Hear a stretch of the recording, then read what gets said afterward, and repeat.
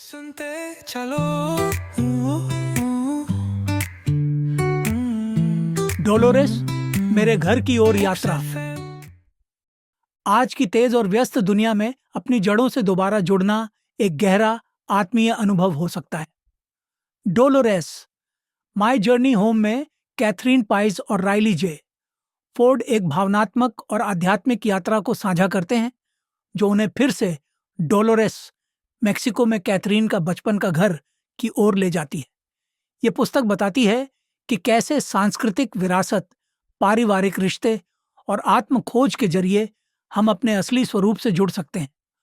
Dolores की धरती उन्हें पुराने घावों को भरने, अपनेपन को फिर से महसूस करने और जीवन में उद्देश्य पाने की राह दिखाती है।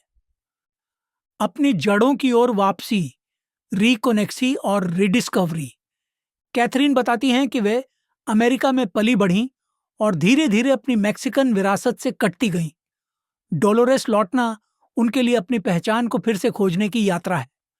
पारिवारिक कहानियां, लोक परंपराएं, रसोई की खुशबू और बुजुर्गों की प्रार्थनाएं, ये सभी जीवन के गहरे सबक सिखाते हैं।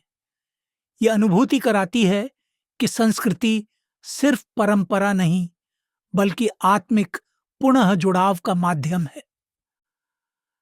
परिवार के जरिए चंगा होना, फॉरगिवनेस एंड यूनिटी।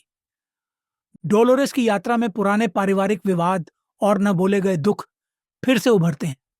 कैथरीन और राइली सच्ची बातचीत, क्षमा पत्र और प्रतीकात्मक कृत्यों जैसे पत्र, उपहार, आलिंगन के जरिए टूटे संबंधों को फिर से जोड़ते हैं। वे दर्शाते हैं कि घर सिर्फ एक स्थान नहीं, बल्कि वे लोग हैं जिनसे हम प्रेम करते हैं। और जहां क्षमा है, वहीं एक एकता है। प्रकृति और समुदाय से जुड़ाव, बिलोंगिंग एंड सर्विस। डोलोरेस की शांत ग्रामीण जिंदगी, बागों में चलना, पड़ोसियों की मदद करना, सामूहिक त्योहार मनाना, यह सब बताता है कि सच्चा अपनापन सेवा और खुलेपन से आता है।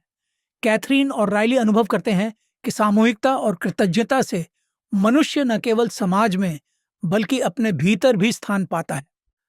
आत्मचिंतन और मानसिक बदलाव, माइंडसेट एंड ट्रांसफॉर्मेशन। डोलोरेस के शांत पल, बगीचे में काम करना, नदी के किनारे बैठना, कैथरीन के लिए आत्मनिरीक्षण का जरिया बनते हैं।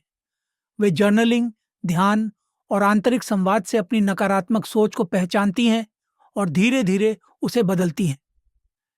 राइली इस सफर में उनका सहयोग करते हैं। धीरे धीरे वे स्वयं को स्वीकार करना और खुद से प्रेम करना सीखते हैं। दिनचर्या और लोक अनुष्ठान, डेली रूटीन एंड रिचुअल।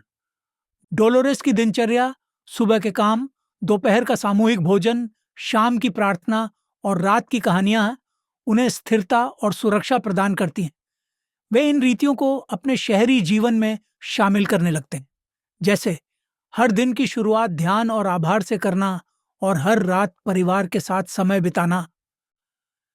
कृतज्ञता और करुणा, ग्रेटिट्यूड एंड कंपैशन। हर दिन के अंत में आभार चक्र, ग्रेटिट्यूड सर्कल में परिवार के सदस्य उस दिन के अनुभव और आभार को साझा करते हैं।